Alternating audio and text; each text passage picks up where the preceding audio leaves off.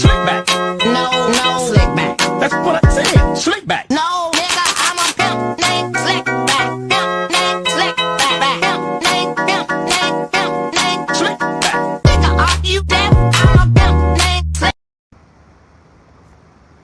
Assalamualaikum warahmatullahi wabarakatuh. Perkenalkan, nama saya Puriwayu Anggraini dari kelas AKT 21A dengan NPM 2141-2019. Di sini saya akan menjelaskan tentang pengertian laba. Laba adalah penghasilan bersih atau net income atau imbalan dari aktivitas perusahaan mulai dari proses produksi hingga pemasaran yang sudah dikurangi dengan biaya kegiatan operasi perusahaan. Penghasilan lebih ini juga tertulis di laporan laba rugi. Laporan tersebut adalah sebuah laporan keuangan perusahaan tertentu yang berisi data, pendapatan, dan beban perusahaan dalam periode akuntansi tertentu yang dibuat oleh bagian keuangan. Arti laba menurut beberapa ahli yaitu satu, menurut IAI. IAI adalah singkatan dari Ikatan Akuntansi Indonesia. Organisasi ini mendefinisikan penghasilan bersih sebagai ukuran dasar untuk ukuran lainnya seperti earning per share dan return on investment. Kedua, Charles Thomas Horgert. Menurut Horgert, laba adalah penghasilan lebih dari total jumlah pendapatan dengan perbandingan total beban. Hal ini disebut dengan keuntungan bersih. Ketiga, menurut Don R. Hansen dan Marian M. Mowen. Selanjutnya, menurut Hansen dan Mowen, menjelaskan bahwa laba adalah pendapatan dari kegiatan operasi perusahaan yang sudah dikurangi dengan jumlah biaya bunga, pajak, biaya penelitian, dan pengembangan. Penghasilan bersih tersaji dalam bentuk laporan laba rugi. Keempat, M. Navarin.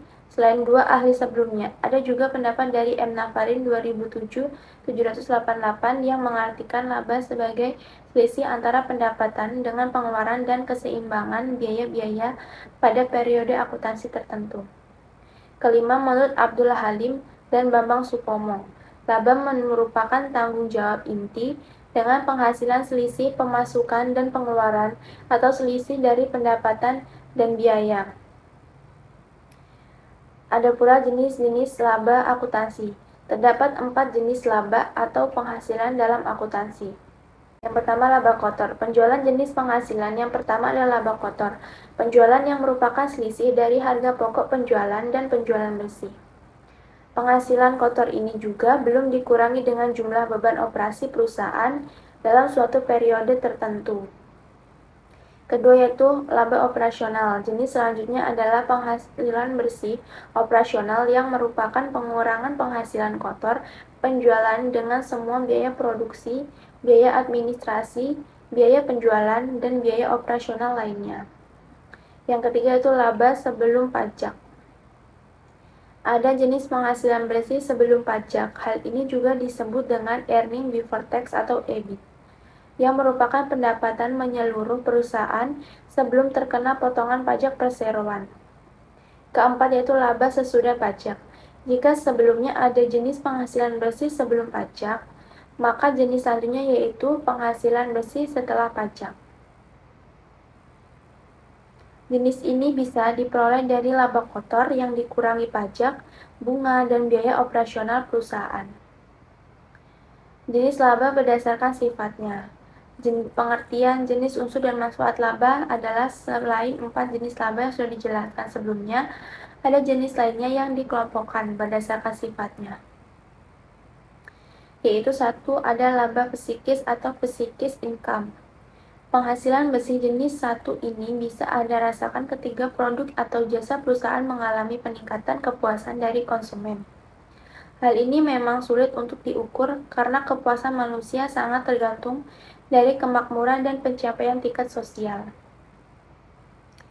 Jadi, meskipun jumlah penghasilan bersihnya sama, hal ini tidak berarti kepuasan setiap orang itu sama. Yang kedua, laba real atau real income. Laba real income yang berarti adalah kenaikan kemakmuran ekonomi.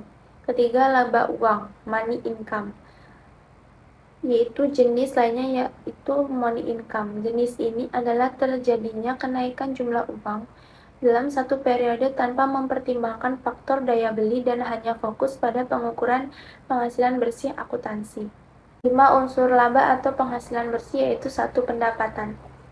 Pendapatan adalah peningkatan aktivitas perusahaan atau penurunan kewajiban perusahaan dalam satu periode akuntansi. Hal ini bisa didapatkan dari kegiatan operasional berupa kredit atau penjualan barang dari perusahaan. Kedua, beban. Unsur beban merupakan pengeluaran atau pemakaian aset dalam satu periode akuntansi yang digunakan untuk operasional operasi. Beban.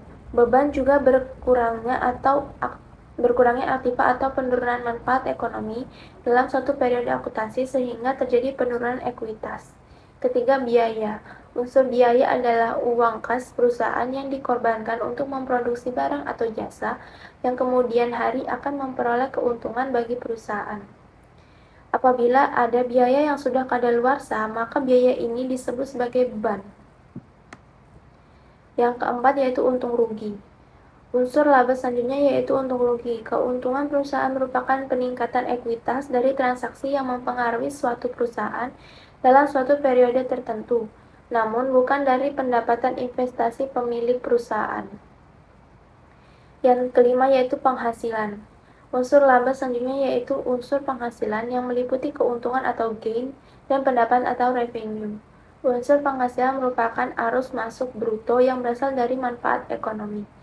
Hal ini muncul akibat adanya aktivitas normal suatu perusahaan yang terjadi selama satu periode. Apabila arus masuk bruto tersebut menyebabkan adanya kenaikan ekuitas yang tidak berasal dari usaha penanaman modal. Sekian yang dapat saya sampaikan, kurang dan lebihnya saya mohon maaf. Saya akhiri. Wassalamualaikum warahmatullahi wabarakatuh.